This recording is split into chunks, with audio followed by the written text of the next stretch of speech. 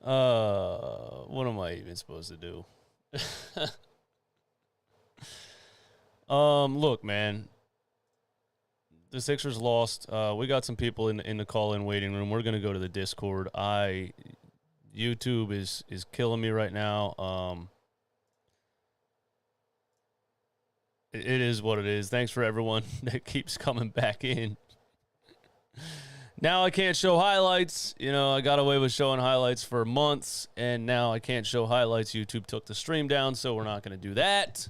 But we are going to just jump into the Discord and talk to some subscribers because, you know, let's have the discussion, man. The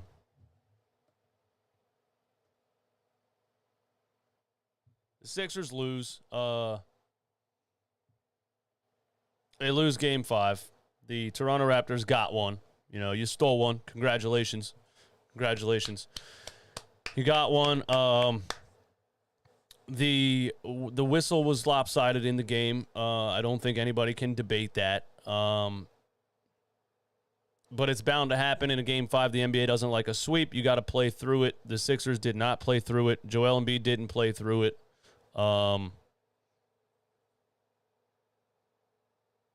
He looked flustered a lot. You know, he got a technical foul for basically shoving Siakam, I think. He was doing a lot of immature things toward the end. But at the end of the day, I kind of agree with him.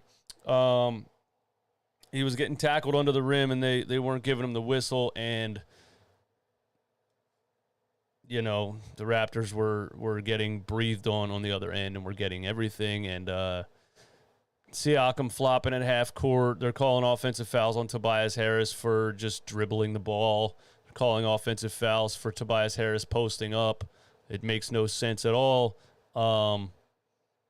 We still could have won this game, which would have been hilarious. Because if the Sixers win this game with everything in the Raptors' favor like it was, would have been nice, but I just want to say, seriously, congratulations, NBA. You avoided a sweep.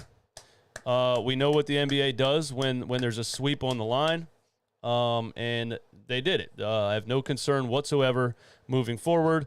The Toronto Raptors have no shot at beating the Sixers in a 7-game series. They have no shot at being the first team in history to come back from a 3-0 deficit.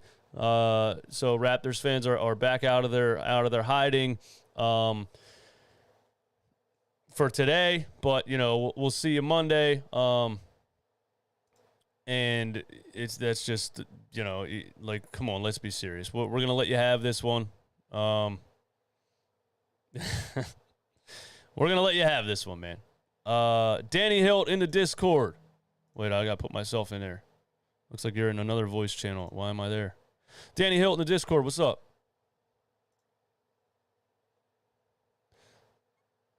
Danny Hilt in the Discord. There's probably some people in the Discord that are no longer in the stream because YouTube took the stream down 3 times. So, Kev215 in the Discord. Kev215 in the Discord. Kev215 in the Discord.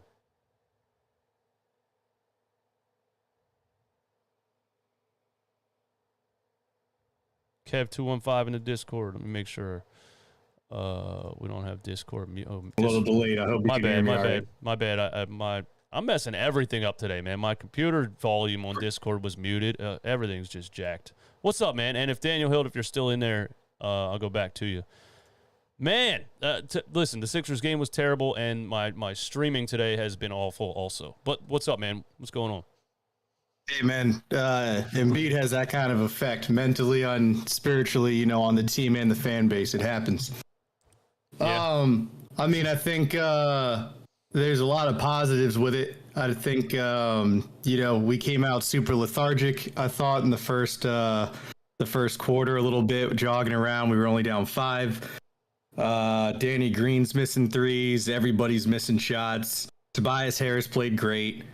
But with everything going on, I mean, we lost by like 8 points. It was really closer to like 6.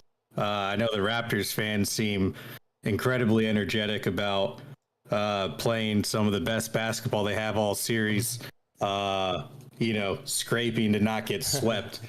But realistically, I think, we take the next game by at least 10 points here. I thought Embiid wasn't posting up a whole lot as well.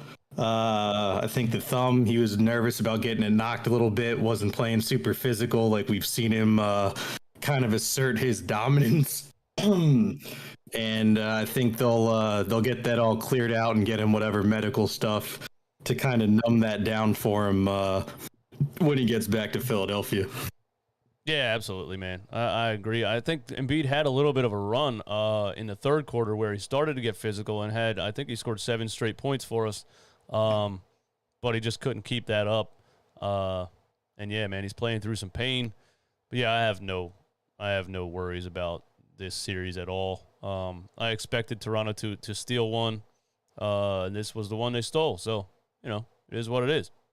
I don't see Siakam hitting very many. I think he had like 7 points on rainbow bank shots, and he had a bailout 3-pointer with Tobias Harris that got him his. I think he had like 33 or something like that. Those are some extra baskets that typically would go our way off the rebound and kind of swing those points across. Exactly. That's another thing I forgot. I wasn't even going to mention that, but yeah, there was a fadeaway mid-ranger that banked in, and then there was a deep three that banked in, and I'm like, are you kidding me right now? Are you kidding me right now? Like, this guy can't shoot at all. The fourth quarter, I was screaming, make him shoot, because he kept shooting mid-range jumpers and was shanking off the back of the rim like Russell Westbrook. So we were making him shoot the ball because he's so bad at shooting, and then he's just banking in some prayers. Is what it is, man. Yeah, I don't view that. It's similar to we went down in the Cavs. We ended up winning the game, but they were shooting like 70% from three. And it was like, it's just one of those things you're watching, like, there's just no way that's sustainable. Like, teams don't just do that. It's great and you can celebrate it, but like to think that the Sixers aren't going to make a comeback and, rebalance out the scales there is just, exactly. Putting the wool over your own eyes. Exactly, man. Hey, thanks for calling, man. Game 5, this series is over, so we're just gonna let Toronto Raptors fans have the little parade that they're having. Yay, you guys won a playoff game. Congratulations. We're taking it back, baby. I'm excited. Yeah, we are, man. All right, man. Later. Yeah, you got one. We're not gonna sit up here and cry about it. I do find it fishy that the most dominant player in the NBA, who was under the rim a lot in this game, especially in the third and fourth quarter, finished the game with 5 entire free throws. I find it fishy that the Toronto Raptors finished the game with 30. And I know it sounds like, okay, you guys got the whistle for 3 games. Now you're going to complain about officiating. It was obvious, man. And somebody replied to me on Twitter and said, what, you can't win a game without the whistle? No, you can't win a game without the whistle when the other team is getting 30. Come on, man. No, you can't win a game without the whistle when the other team is getting 30.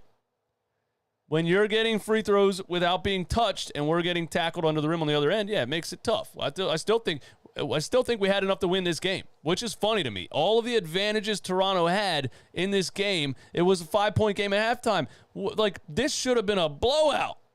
And like I said, if we play against Boston, Milwaukee, or Miami like this, we're going to get blown out.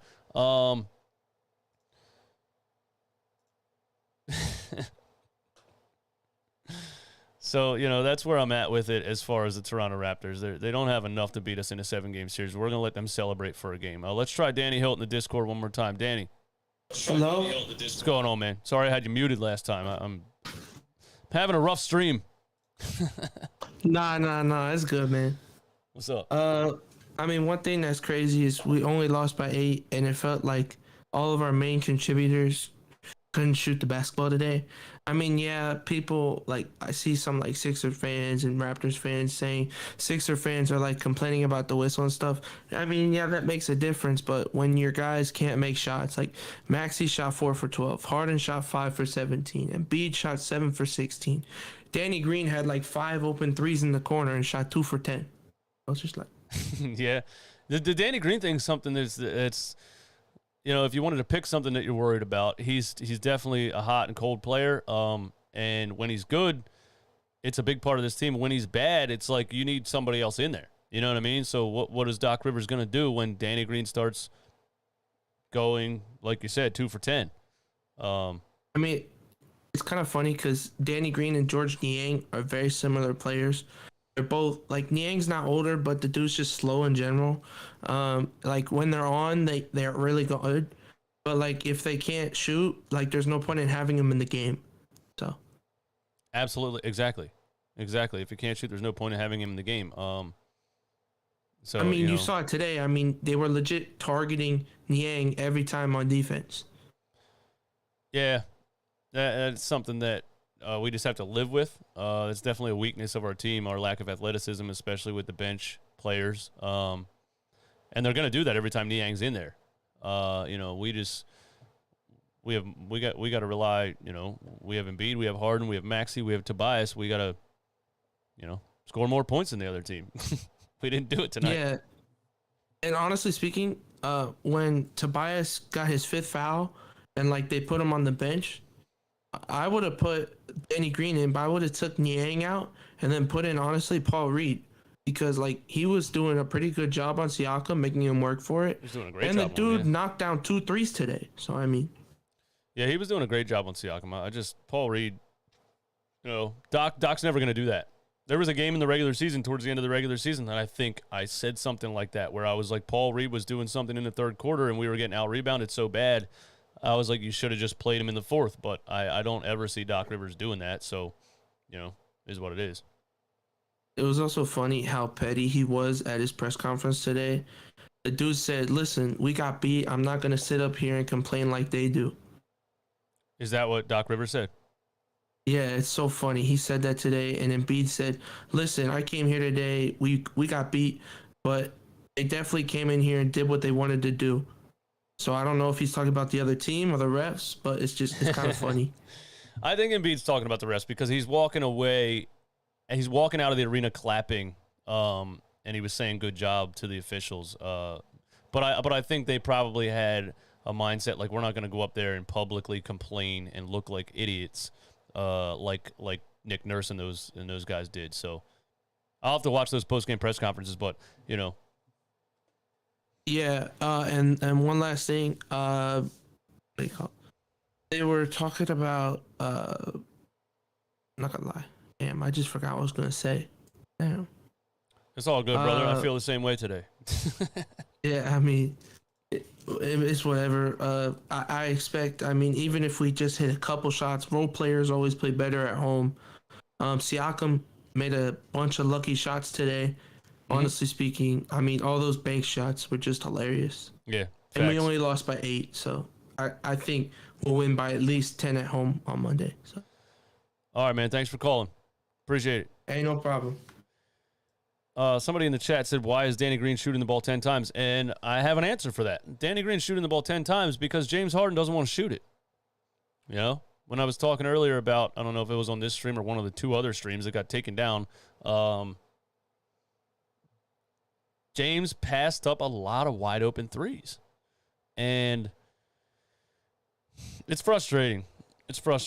I don't know what his deal is with catching and shooting. They said that, he doesn't normally catch and shoot, so it's something that he's trying to learn how to do. It's something that he's trying to get used to, get better at, and he's put a lot of practice in on catch and shoot plays and on and on and on. They're talking about, James Harden with the catch and shoot stuff, but I'm not seeing any progress on the catch and shoot front from James Harden. I'm not seeing any progress. The ball swings to him, and a specific play that I remember is he catches the ball in the corner, shot clock running down, wide open. He stops, hesitates, takes a dribble, step back. Like, he has to be dribbling and stepping back to be able to shoot a three-pointer, and that's not going to work on this team because we run the game from our center position. We kick the ball out of double teams, and we swing the ball around the corner. Kyle Wright says catching and shooting is not easy. Bro, what are you talking about? We're talking about a 10-time All-Star here. Has third highest most made three-pointers in NBA history. Catching and shooting is literally part of the game from the time you start playing when you're 10, 11, 12 years old. So I don't know what kind of excuse you're trying to make that catching and shooting is not easy. In rhythm, you have to learn it, Kyle Wright says. Yeah, when you're a child, when you're a little kid, you learn how to catch and shoot. What? You're telling me James Harden, 10-time All-Star, is having trouble learning how to catch and shoot? Bro, come on. You catch the ball and you shoot it. With all due respect, Kyle, thanks for being a subscriber to the channel. I just respectfully disagree. Kyle says, take it from a former D1 ball player. Oh, no. No, Kyle pulled the look at me card in the chat. Oh, man, Kyle, I had respect for you, bro. You pulled the look at me card in the chat. Oh, Kyle's right because he played D1 basketball. Oh, man, you got me. Catching and shooting is not hard. It's not something that James Harden has to learn how to do. That's a joke for somebody to say that. He just needs to catch the ball and shoot it. I mean, come on. Take it from a D1 basketball player. Come on, bro. I don't care if you played D1. And I'm speaking for the rest of everyone in here when I say that. Nobody cares. Nobody cares that you played D1 basketball. You can have an opinion. Whether you played D1, college, high school, you were just a park player.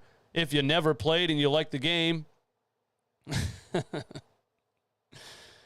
Oh, man. I'm going to have to get maybe a G League player in the chat so that they could have a debate with you, because then they would be correct over you because you played D1, but they played minor league NBA, you know, if that's how that works. Oh, anyway, let's go back to the Discord, man. Kyle, again, thanks for being a subscriber, but, you know, knock it off with the I played D1, so my opinion is correct. That's just ridiculous. Kill Watt in the Discord. Kill Watt in the Discord. Xfinity killed my stream twice earlier. I don't even know if Kill Watt is still here. He was probably on one of the original streams, and oh, there he is. Kill Watt, you in there? DJ. What's up, man? What's poppin', guy? How are you? Terrible. Bro, that game was a trip. Are you under a pillow right now? No, why? It just sounds it sounds very muffled. All right. Hold on 1 second. It's all good. Sound like you're hiding under a blanket during a thunderstorm. That's all I'm saying. I love it. Sorry, let's see. Yo. What's up? Better? Yeah, man. Thanks. Appreciate that. All right. Dope. Yeah, no problem. It was headset. It's all Yeah, good. man. That was a trip. The points I had was Paris. You've got 82 game players. Those guys that can run the stretch the entire season. And then you've got the playoff guys.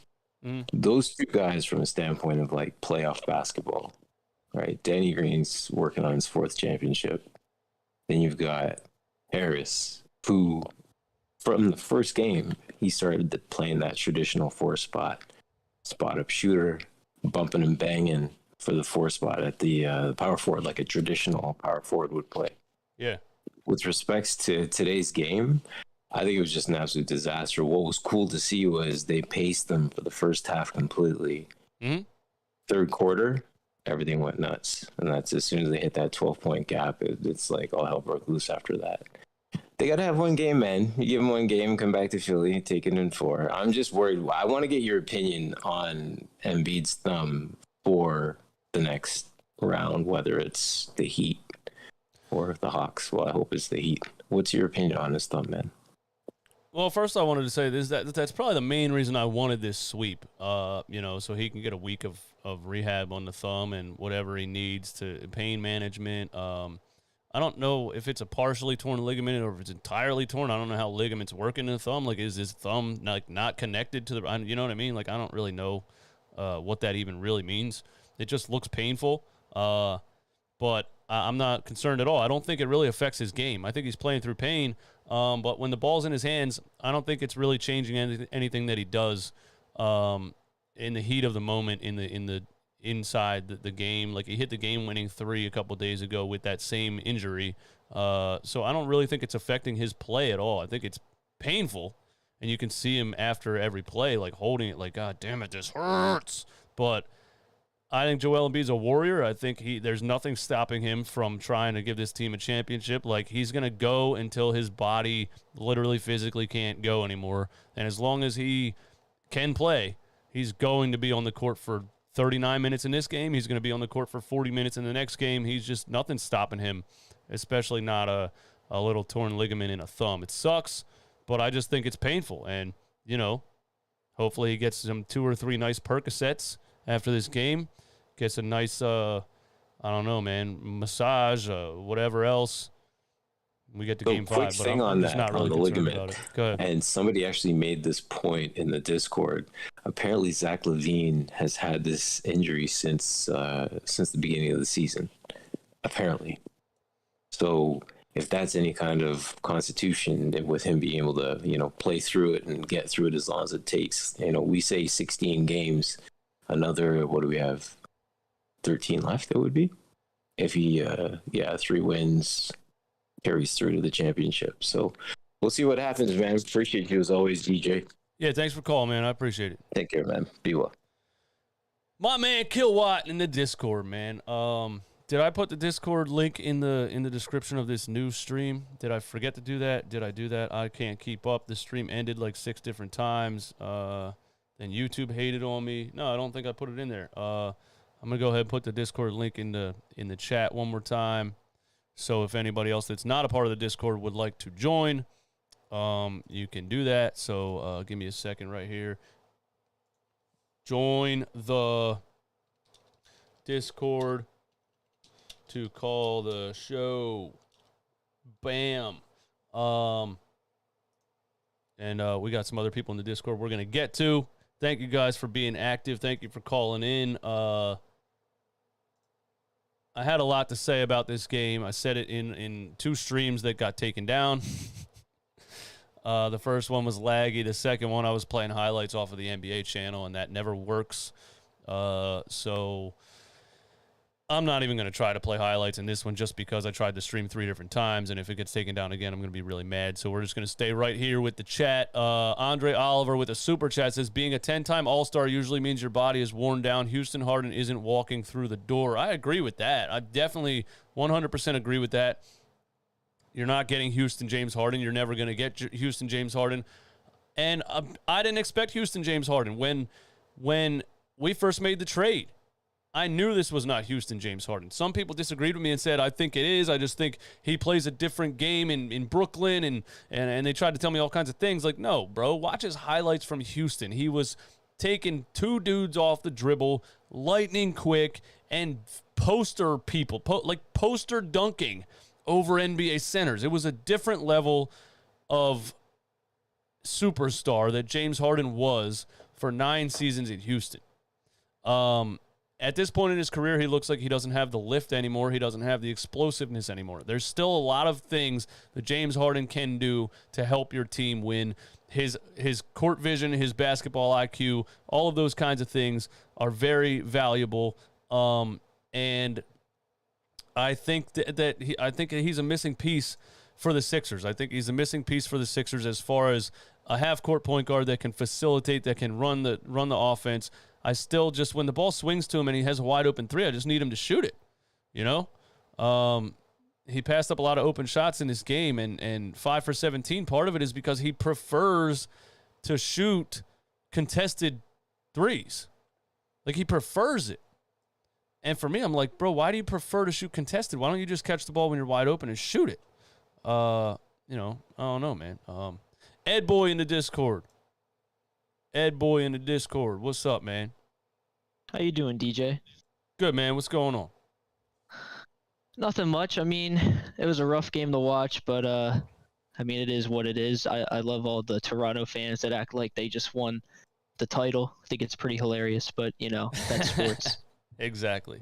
I'm actually I'm I hiding wanted to them, ask you. I'm hiding them one by one in the chat because instead of blocking them, I'm just hiding them so they're still typing their hearts out, but nobody can see what they're saying. I love that. Anyway, go ahead. I wanted to ask you about how, I apologize if you said this already. I got in here a little late. It's all But good. I wanted to ask you about how you feel about Danny Green, because sometimes I love him, sometimes I hate him. I try to convince all my friends that he's not the best player in the world, and then he'll miss these open threes, and I'm just so torn. So wanted to know what you think about that. Yeah, Danny Green at this point in his career, and I think actually probably his whole career, was a bench player. You know, we're forced to start Right. Danny Green because we were starting Matisse Thybulle, and he can't play in Canada. We like, you know, it's not. Yeah, what a joke. Yeah, Danny Green's not a guy that you want in your starting lineup, especially at this point in his career. So, like, again, if the Sixers don't win a chip this year, there's a lot of changes in the offseason because this roster is top heavy. I think when they made a James Harden trade, everybody kind of knew that. Like, we got what we need as far as superstar talent, but we don't, you know, Daryl didn't really have a lot of time to fill out the rest of the roster. You know, you got George Niang, Paul Reed, and Right. Shake Milton. That's pretty much it coming off the bench. And Danny Green's in your starting lineup. So you need the stars to carry you and outweigh the deficiency that you get from, you know, your bench and Danny Green being in his starting lineup. But yeah, when he's making shots and he gives you 18 points, we're unbeatable. Yeah, seriously. It's But, yeah, amazing. yeah. And I'll say it too. Like, I thought Paul Reed even also, like, he's really showing some promise. It's kind of hilarious how Doc Rivers treated this guy like he's never deserved an NBA minute, and all of a sudden he gets like more than 5 minutes, and guy looks like a friggin' beast. Absolutely. It is hilarious. Doc Hilarious. Rivers has been completely proven wrong once again when it comes to Paul Reed. And, yeah, I mean, 8 points and 5 rebounds in 9 minutes. I mean, 8 points and 5 rebounds in 9 Yeah, minutes. I mean, it speaks for itself. And he plays excellent defense. Like, and as he gets better and learns how to, like, stay away from fouling as much as he does, like, he plays really good defense, especially on guys like Siakam and other players. Like he held Giannis to 4 for 11 when he guarded him in the regular season. I mean, the dude plays great Right. defense. He's a hustle guy, and Doc should have been playing him the whole year. It's blatantly obvious. I can't believe he took him this long, but, you know. Yeah, seriously. I can't believe that there was a part of the season where I thought that DeAndre Jordan was going to be our savior. Like, that just kind of, Yeah. I don't even know. It's just hilarious. I did the same thing when we Yeah, when we that's really- signed him because yeah. our deficiency was rebounding. I thought he would come in here and be a rebounding guy off the bench, but he was horrible from the jump. Yeah, seriously. And then the amount of fouls he was given to, like, later in the season, like, it was just very clear this guy's going to be a liability if you're going to put him in a game, especially when we don't need Embiid to play 40 minutes now with this thumb injury. It's just like, I hope Paul Reed can get in there and just at least sit in the paint or play defense, because now that we know Joel's going to have this thumb thing for a bit, makes me nervous for the following series, but at the same time, Bam Adebayo is nothing on Embiid with no hands at all. So, not really worried about that. So you think we have a good shot against Miami in the second round? I think there's a fair shot, but I'm not going to go over the moon and say sweep, but I think there's a shot. It's slim. It depends on how Embiid's finger is and if they can figure out some sort of offensive game plan around the injury, like maybe just have him sit in the paint more, kind of just be that guy. And also if Harden can heat up a little bit like he has been, and if Tobias can keep doing what he's doing, I think there's a real shot. But I'm not going to say come out here and say we're going to win 4-0. It's going to be a rough series, at least 6 or 7 games for sure. I agree. That series is going to be incredible. I just want to end this. I would have loved to end this Raptors A lot series of tonight, but technicals, you know, what do you think about how this game was Yeah. officiated? Because I didn't want to come up here and complain about it, but like in honesty, like in my soul, like I honestly have an honest opinion about how it was officiated. And I know when I say that, it's going to sound like, oh, you guys got the calls for 3 games, then you don't get the calls, and now you're mad. Right. Like the fourth quarter was just getting to me. It was like, this is kind of obvious what's happening right man. here. What do you think about it? Right. Yeah. I mean, I agree with you. I am one of those guys, and I try not to be, but I think it's the Philly fan in me that wants to go, oh, these refs are blowing the game, whatever. And funny enough, I was even at one point, I was like, I didn't even know who the refs were, but I was like, oh, I bet Scott Foster's doing this game or something. And I didn't even know. And then I just look, and it was Scott Foster. I was like, okay, makes a little bit more sense. But yeah, I mean, I think they definitely were against the Sixers, like especially like you said, like fourth quarter was just like abysmal. But I mean, that's just refs Right. nowadays. Like I feel like they're so one-sided at times, and then they just like make these horrible calls late down the stretch, and then also like, although this didn't really happen in this game, I think that whenever they do these tech calls, like it's such bull sometimes. But yeah, I think this might have been probably the worst, or it's not even a hot take, but I think this is probably the worst officiated game in the series so far. And I say so far because I know I'm sure we're going to be going crazy about some sort of Embiid block or something next game too. Yeah, I just think this was the most just a shame. one-sided. Like if you're going to let them play physical and you're not going to call it, then don't call it, But how can you not? How can you let players get tackled on one side and are calling offensive fouls when Tobias literally posts up at the free throw? Like, you just posted him up. They called an offensive foul. I think Siakam had his hand on his hip and he did like a swipe away with his hand, and they called it an offensive foul. So I'm not allowed to push the guy's hand away when he has his hand on my hip. It doesn't make any sense to me. But it is what it is. That's what the NBA does to avoid a sweep. If I had $1 for every time Siakam pushed off today, all my tuition would be paid off. Like, it was kind of amazing. Like, the amount of push-offs that guy had today. I think I counted at least like 5 or 6. Right. And I think maybe one of them was called. And that's me being generous, because honestly, I don't even remember because it's such a blur at this point. And then at halftime, at half court, Tobias gives him a tiny elbow, and he acts like he got shot in the chest. He acts like he got sniped from the Raptors, like the DC sniper was in there. Like, he flew like a soccer player. I'm like, bro, what is he doing? And as an official, how do you not feel embarrassed when you make that call? Like, that's just, come on, bro. But they avoided the sweep. That's what they did. That's honestly what they did. I think we could have fought through it and won the game, but I don't think anybody can argue that they got the better side of the whistle in this game. I think for sure. And I think one of the main issues with this point as well is that think about the message that when the refs officiate like this, think about the message it sends to defensive teams and defensive players. It basically tells them they're going to get punished for whatever they try to do. Because let's be real, you're not 100% of the time. It may be a little contact, but most people aren't going to see it. But I feel like the refs, if they see anything go on, they just call the whistle immediately. But you have all these defensive players in the league, and especially on our team with like Matisse. I know he didn't play today, but like it just sends a message that like you have to be more careful, and that can cause issues, especially when Matisse doesn't really have an offensive game, and that's like all he's really known for. Like, it creates a lot of issues.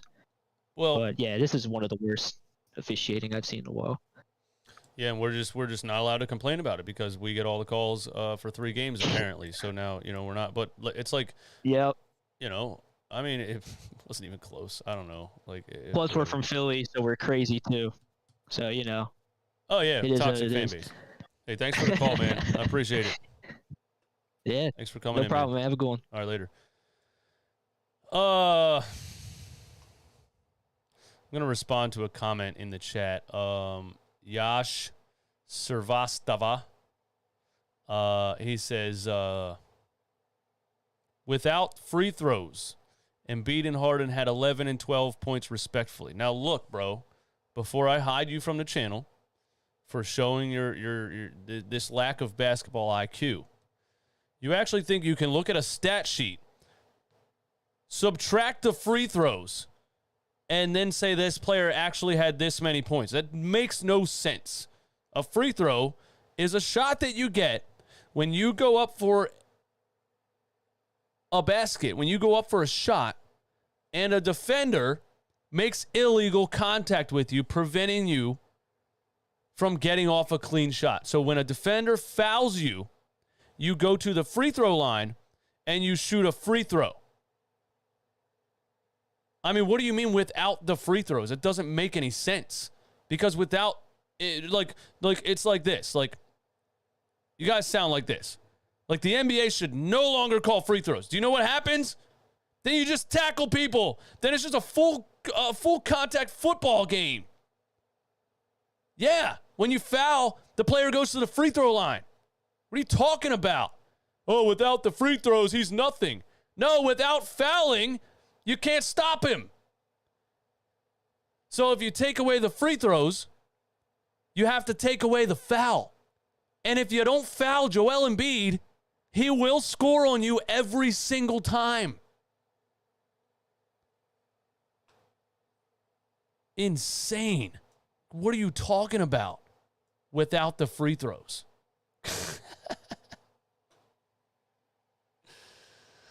Oh, my goodness. Raptors lost without free throw. I don't know what you guys are even talking about anymore, man. Higher money. Thanks for the support. It said Raptors fans are acting like they won the series. I agree. The last thing I'm going to say before I get up out of here is that Tyrese Maxey in Toronto is nothing like he is in Philly. He plays with such confidence and aggression and just a killer instinct with the crowd behind him in Philly. In Toronto, Tyrese Maxey, to me, is showing his inexperience, and he's playing kind of a scared game. Like, he's just not aggressive enough. There's a lot of times where he has one-on-one opportunities and is just trying to get the ball to James and trying to get the ball to Joel. And, you know, as Maxey gets older and more experienced, he's going to grow more into that mindset of, I am the man. I am a main scoring part on this team. I don't think he had that mindset in this game and the last game. I don't think he was telling himself in his mind, I am a major scoring part of this team. I think he was out there just being passive and not being aggressive enough. And he's 21 years old, man. The dude's an amazing young talent, and he's going to be great. But in an away arena, when, you know, it's booze, it's toxic environment, all of those kinds of things, when you're playing in an away arena and you don't have the crowd really hyping you up and giving you that confidence, I think Tyrese Maxey shows his inexperience a little bit in the past two games. And, you know, when we get back to Philly, he's going to be back. And we might get another 30-point game from Maxey in Game 5. And Marcus Darby says, free throws are a part of the game. Exactly. That's why those types of comments don't make any sense. Literally, free throws are a part of basketball. You can't just say, without the free throws, you're nothing. No, I'm so good at scoring, you have to foul me. And then I shoot free throws. And also this, if Joel Embiid shot free throws like Shaquille O'Neal, nobody would complain about how many times he gets fouled, because Shaq couldn't make a damn free throw. It's the fact that Joel Embiid is so skilled that he's the best free throw shooter his size in the history of the NBA. So now you have a guy that you can't stop in the post, that you can't stop without fouling, and also shoots 85+% from the free throw line. So then you're in a situation where you're like, I can't stop this guy at all. He scores or I foul him and he makes the free throw.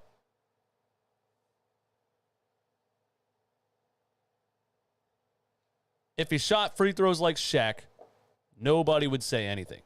But he's a phenomenal free throw shooter because he's an amazing shooter in general. So then you see that he went 17 for 18 or 19 for 20 from the free throw line, and you're mad about it because you can't stop him.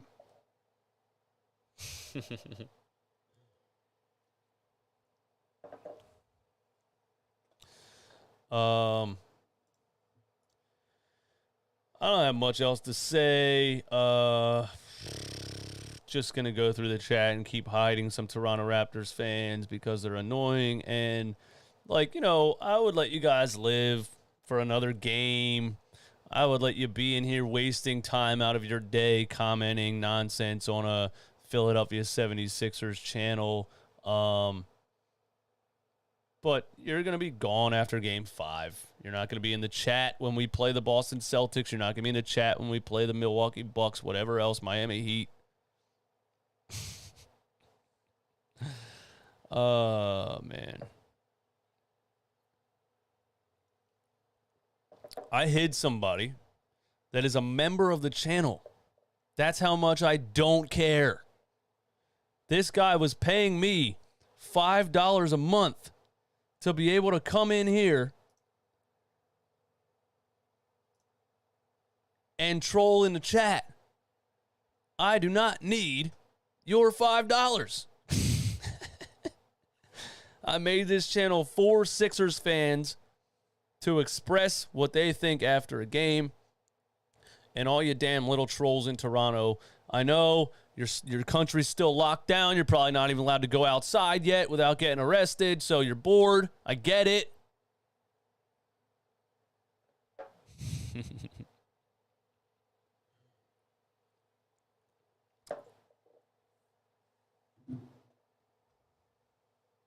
A healthy Raptors team was down 20 pre-Scotty. Exactly.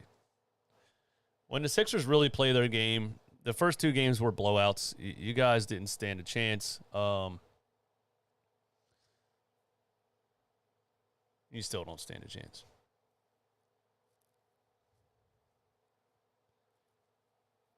You 76ers fans are crazy. Everything in this series has gone your way. The refs' injuries, sickness have stopped the Raptors. We are getting healthier except for Fred. We are winning. Bro, you gotta go look at the betting odds on Raptors Sixers game 5. Just look at the betting odds. Come on, man.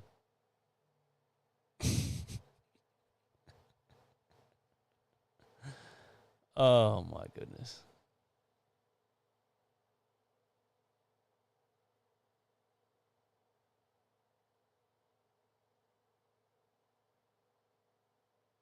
Anyway, shout out to all the subscribers that are still in here. Shout out to Sixers fans that are still in here. I got nothing left to say for this game. Just glad I got a stream up, honestly, after it failed 2 or 3 times because of my internet connection and other things like that. The Toronto, you got one. The NBA avoided the sweep by employing their officials. It is what it is. I'm not afraid to say that at all. I mean, the calls in this game were absolutely unbelievable. Unbelievable. Kyle Wright says, get your internet fixed. You never had your internet go bad and you had to go restart your modem, bro? Somebody commented and said, the stream is laggy. Learn how to stream. You guys are insane. People on YouTube are absolutely insane. It doesn't even make any sense. It was lagging and like 600 people commented lag. People are texting me lag.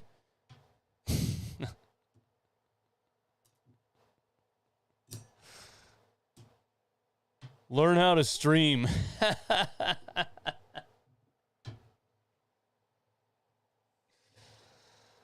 Oh, man, it's funny.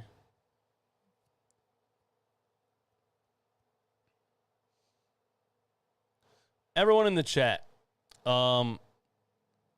what is the people got your cell? Kyle, come on, man. Don't make me hide you for showing just lack of knowledge about anything in life. Knock it off. You really you really think that's my real phone number on the screen, bro? Come on, Kyle.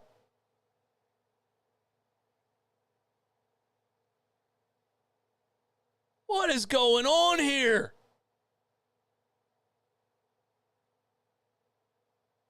Oh my God.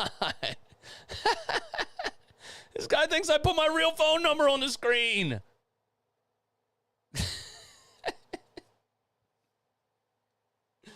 Kyle, I'm not trying to hate on you. I'm just reading the chat and you're blowing my mind. What is happening?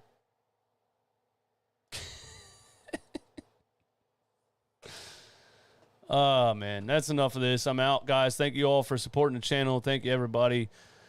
We'll see you in Game 5. Toronto Raptors fans, you're done. You're cooked. At least we get to watch a game in Philly where, you know, fans know what they're talking about and they're not just booing people for no reason. And you should really take a step back and watch Joel Embiid in Game 5. And admire his greatness and just appreciate Appreciate one of the best NBA players that's ever lived. Stop being such a hater. All right? Peace.